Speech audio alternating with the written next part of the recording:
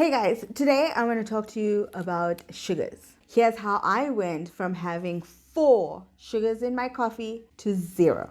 From having liters of cool drinks and fizzy drinks, fruit juices in my fridge, just consuming coffee and water. If getting rid of or cutting down sugars is one of your biggest hurdles, then this video could help you. Now, I didn't get any script right from the doctor. This is my real life experience, and it's seriously what helped me go from 4 sugars to 0. I noticed I started getting heart conditions by the age of 21. Now, growing up in a brown community, I don't know how many of you can vouch for this. Healthy eating isn't something that was prioritized, at least in my household. So much so that when I started earning my first income, I had an account with the food lady that used to come to our offices every day, and you would pay her at the end of the month. I would take rolls and sandwiches and chips and 2 bars of chocolate, and I would consume all of that in one sitting, not realizing, not understanding anything about calorie intake and excessive amounts of sugars or anything of that sort. I was just so oblivious. I started picking up weight naturally, but only when I was like 10 kgs heavier. I realized, oh my word, something doesn't look right here. By then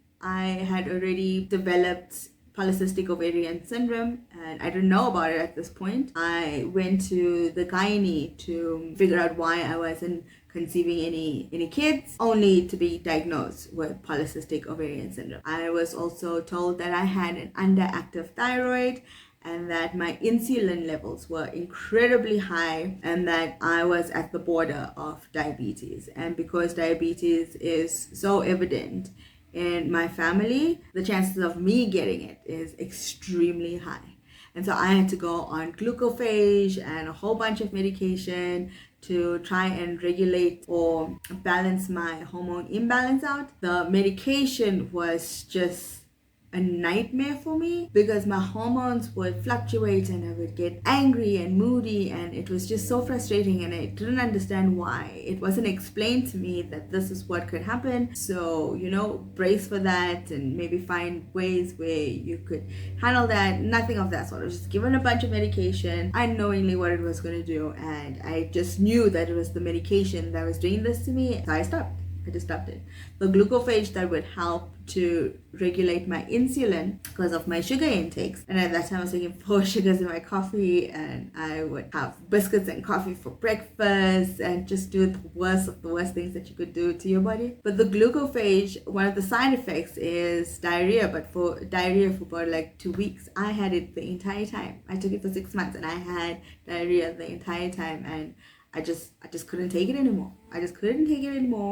And so I was like, screw this. I don't care. I've got polycystic ovarian syndrome. I don't want to have kids anymore. I'm done like trying, and I just went about my life. Still not focusing or not fixing my health because I didn't know how to.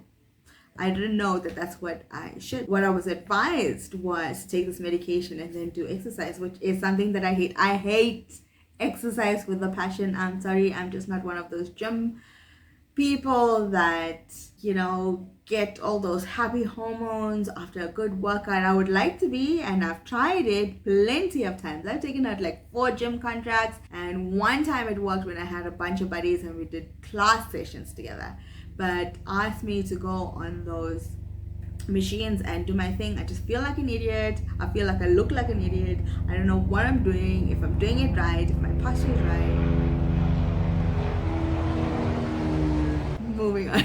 So naturally, I gained a bunch of weight. I tried a bunch of diets and I just wouldn't stick to because I am a fussy eater. And if I'm restricted when it comes to food, or if I'm forced to eat foods that I do not like, I just have some repulsive thing. If I can't put anything disgusting in my mouth, I just can't consume it. It just doesn't go down. So if you're restricting my foods and you expect me to eat like nasty things, then your diet's not going to work for me. And so none of that worked until I learned about intermittent fasting. I didn't watch what I was eating. I was eating like 4 slices of bread at the time, 2 rotis at the time. I would have main meals and you would eat until your plate is clean, because that's what you were taught, eat until your plate is clean. And then after that you would have a whole bunch of like sugars, which is biscuits or donuts or anything sweet. So you're just consuming sugars, which I've learned later on that that's the only time you're supposed to consume any of those junk foods, is when you are eating it with a high fibrous meal. That's the only time. But also portion control is very important. With intermittent fasting, it's not like you're not allowed and you have to cut out everything. You're not allowed to have anything. You can have it. You have to have it in the right time with full, proper, fibrous meal. Makes it 20 kgs later, I decided to try intermittent fasting, which seemed to be the only thing that worked for me. One, I wasn't restricted. I was restricted by when I could eat, but that was fine as long as I could still eat. And there's no restrictions on what you can eat when it comes to that. I struggled in the beginning, waking up and not having breakfast, because you were taught, breakfast is the most important meal of the day and that you need it. I still encourage kids that are going to school to consume breakfast to help with concentration and that. But as an adult with intermittent fasting, honestly, this is really what worked for me. It was difficult in the beginning. I had to adjust my lifestyle. I had to adjust when I would try and work out. This was when I was still joining the classes. I had to adjust my eating times. I had to adjust my lunch times. I was working in corporate back then. I had to adjust my lunch times and supper times and that. What grated me the most was the gnawing hunger pain that you get. And when you get that hunger pain, it's like nothing else in this world matters. Just gobble me food right now. Like, it's not going down. Nothing's going down. I am hangry, But thankfully, Travis explained what the body does when you're feeling those hunger pains and what it actually is. It is searching. It's searching for that foods. It's searching for the sugars, for that energy to do what it needs to do. And when you don't feed in to those hunger pains, when you either consume black coffee, I'm fasting right now, black coffee or water, when you consume that, your body realizes, okay, it's not getting any sugar. It's not listening to it. So it's going to search within and it's going to start using up its own energy, its own fats. And that's your sign. When you get those hunger pains, that's your sign that your intermittent fasting is working. And you need to hold on to that very last minute, because the last hour is the worst hour. It's the absolute worst. And I've given in so many times before. So many times when I was intermittent fasting myself. It's like, it's just the last hour. It's fine. Even 5 minutes before, And then I would consume until I realized, or until I learned more about it. And that's thanks to Travis and all his research. He comes and just feeds me the information. Basically, it's your body adjusting to this new lifestyle, and it's learning to search within to consume the fats within. Isn't that what we want? Even with doing intermittent fasting for I think 2, maybe 3 years now, because I wasn't strict with myself in doing it, your cutoff time is 8 o'clock, and so by 9:30, if I feel for a snack, I'll have a snack. I used to fool myself in thinking, but I'm still only going to eat 12 o'clock the next morning. But because of that snack at 9:30, I'm not fasting my 16-hour full window period. And so I'm really not intermittent fasting. I'm just really skipping breakfast, if you think about it. Because if I even stopped eating food at 8, that snack at 9:30 just overrides that. So technically I last 8 at 9:30. And if I wake up in the morning, I'm having my black coffee and I'm going about my day and I'm thinking, it's fine, I'm not eating until 12. I'm still not intermittent fasting. I'm just skipping breakfast, really. I think there's a reason for the fasting window period, for your body to allow itself to adjust and do what it needs to do and find purpose from within. When I started taking intermittent fasting seriously, and that's because of Travis when he wanted to start intermittent fasting. The difference with Travis and I is that he's grown up in this world of exercise and gym and keeping your body fit and eating right and all of that. So it's embedded in him. He looks forward to that. He grips onto that. He wants to do everything to make his body feel and look good. I grew up quite the opposite. And although I want my body to look good and I want to feel good, the effort that it takes to make my body get to that place, 1, is such a put off. 2, because I allowed my body to get that bad by eating badly all these years, I have more work to do, So that's also demotivating. I found this, for me, it's not exercise and neither is it a diet. It's just the way I live my life and eating better and cleaner. Yo, babe. Yeah. What's this? I'm recording it.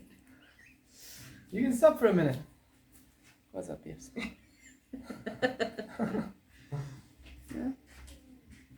This is how your TikTok notifications are coming across to me now. It's kind of weird, right? Yeah. So now both my names must be Jamie with TikTok. No, but like, that's how it come across. It seemed pretty weird. I must fix it. Yeah. Where were we?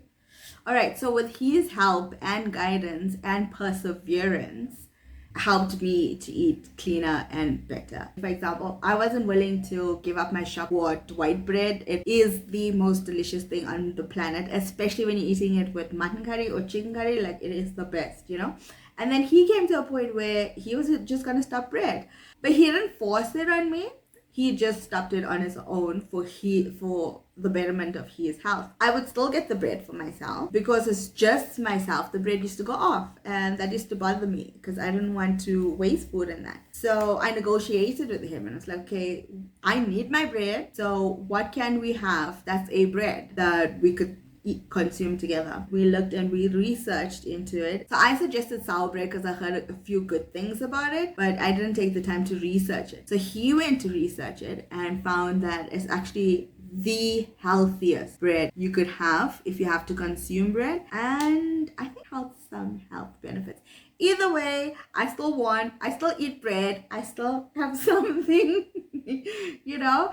So giving up the white bread was, for about a week or two, was difficult. I would list for it, you know, certain things like buttered white bread with polony or something, you know, like those comfort foods. But once your palate adjusts, I'm thinking back now, I don't even list for it. I don't feel for it at all. Like, I'm perfectly fine with the sour bread, you know. We still eat rotis, we still eat rice, but a specific type of rice, basmati rice, as opposed to white rice in that. You can still have your stuff, but find the healthiest version of it that still tastes good. Because if something don't taste good, you don't look forward to it. Let's be honest, you don't look forward to it. And if you have to have the other stuff, so we still have our potatoes, but instead of having 4 potatoes, we now have like 2 pieces, you know. So you're still getting it, but in a portion control manner, and you're not ridding anything really. Just by adjusting these few things, I started noticing that my period started becoming regular. One of the effects of polycystic ovarian syndrome is that you have irregular periods.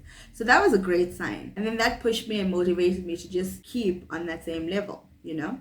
But then I used to list for my chocolates. I used to use my period as an excuse once a month to either overindulge in chocolates or chocolate cake. That was my weakness for a long period of time. And I used to give myself that. But in giving myself that, I used to cut myself off from everything else during the month. So if I wanted chocolate before my period, and then I used to hold on and wait.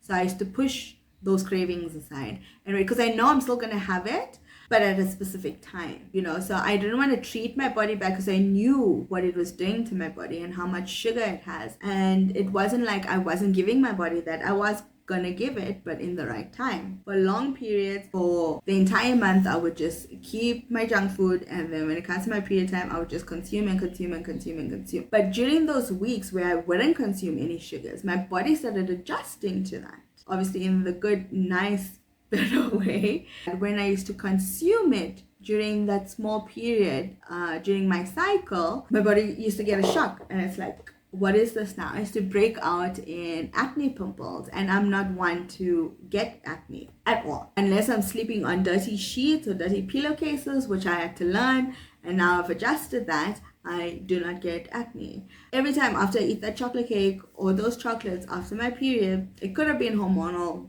acne, but Travis mentioned to me, it's like, yeah, your body is not consuming all those sugars, and now all of a sudden it gets this huge dose, your body reacting to it. And I used to hate it. I used to hate the pimples, and so I decided to then cut it down. Instead of overindulging, I just have a slice of cake or a piece